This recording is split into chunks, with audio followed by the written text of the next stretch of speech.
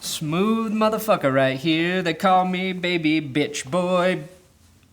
That's not a good nickname. Welcome to That's Good Sports. I am Brandon Perna, the guy who talks about football on YouTube because I've got nothing else to do. And today I am recapping the Aaron Rodgers, Green Bay Packers wildcard win over the New York Football Giants. Will I say the word boat in this episode? Trick question. I already said it, dill holes. That's Good Sports. Haven't heard dill holes for a while, have ya?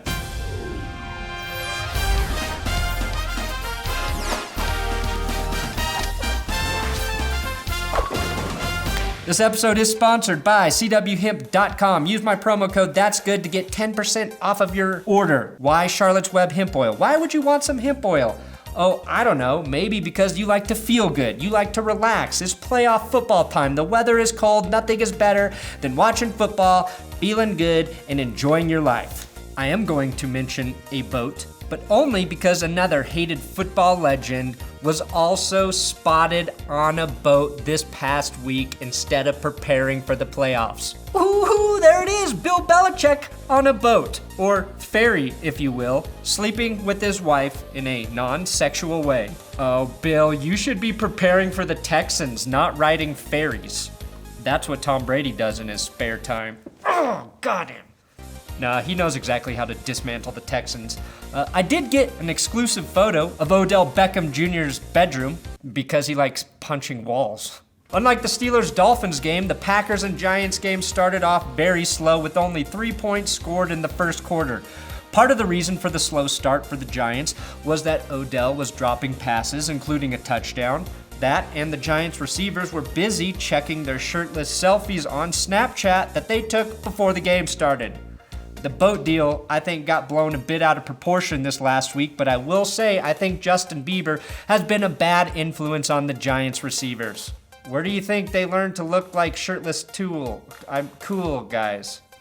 It was Bieber taught them how to look cool. The most notable thing that happened next to the field goal in the first quarter was that Dominique Rodgers-Cromartie, DRC, suffered a thigh injury that kept him from returning to the game.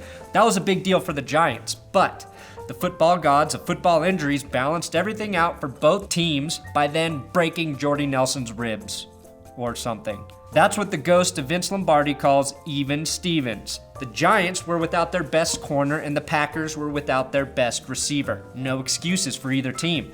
The first quarter was mostly defense. The Packers shut down the Giants' rush attack, and the Giants got after Rodgers, sacking him 2 to 3 times in that first quarter.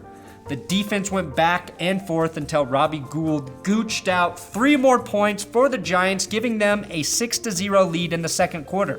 Looked like this was going to be a real grinded out game. Aaron Rodgers continued to be sacked. I think it was 4 times he went down in the first half, but started to find his rhythm as the second quarter began to wind down. Rodgers connected with Devontae Adams down the right sideline, putting the Packers in the red zone for the first time. Then Rodgers beautifully danced like a ballerina in the pocket for what seemed like an eternity, avoiding defenders like I avoided women in high school and in college, and for most of my mid-20s, until he found Adams in the end zone to take a 7-6 lead. At this point, I was like, shit, this game is going to be great. But then it happened.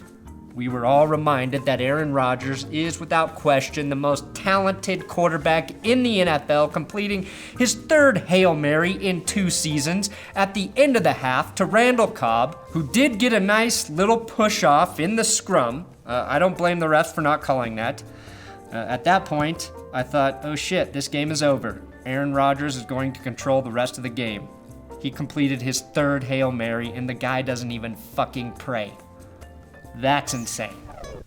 Now, after halftime, I do credit the Giants for not giving up immediately, despite the miracles that were happening all around them to the other team.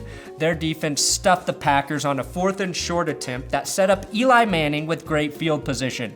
It took Manning 2 plays before he hit a wide open, and I mean wide open, Tavares King for a touchdown. We had a competitive game yet again until the Packers answered quickly with a touchdown strike to Randall Cobb, who was the real beneficiary of DRC's absence. Cobb ended the game with 3 touchdowns. After the Cobb touchdown, the Giants made a crucial mistake. Bobby Rainey, for some reason, caught the kickoff on the 3-yard line, stepping out of bounds instead of letting the ball go out of bounds on its own. That was essentially a 37-yard mistake for the Giants. That gave the Packers great field position, and they capitalized like true capitalists, kicking a Mason Crosby field goal.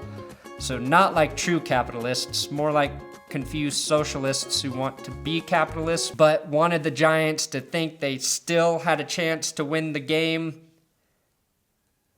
If that wasn't confusing enough, Crosby split the gooch, and with that kick is now 21 for 21 in the postseason, which is 100% accuracy for people interested in math.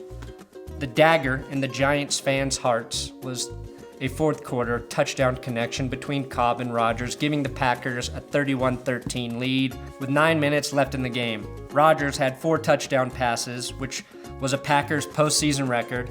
Then, for the nail in the coffin's dagger, the second most popular Aaron in Green Bay, Aaron Ripkowski, that's right, Ripkowski scored a 1-yard touchdown after Clay Matthews strip-sacked Eli Manning. The Pack finished this one 38-13 with a win. Devontae Adams and Randall Cobb both finished the game with over 100 yards receiving. Rodgers with 25 of 40 for 362 yards and 4 touchdowns. And now Green Bay will travel to Dallas to play this year's miracle team, the rookie Cowboys. Now make sure to check back here on Friday for the full prediction episode of all 4 playoff games this weekend. I'm going to predict them all. I was 3 of 4 last weekend, and really I was 4 of 4. I didn't believe the Lions were going to beat the Seahawks, but I wanted to pick an upset, and I based the Lions' victory on the Broncos' Tebow victory in the playoffs. So we'll say I'm 4 for 4. Perfect. I'm fucking perfect. Thanks for watching another episode of That's Good Sports. Make sure you subscribe here. Give me a follow on Twitter at Brandon Perna to talk about football with me on game day or throughout the week. It's much appreciated. And check out my friends at CWHemp.com. Promo code That's Good to get your Charlotte's Web hemp oil. Do it.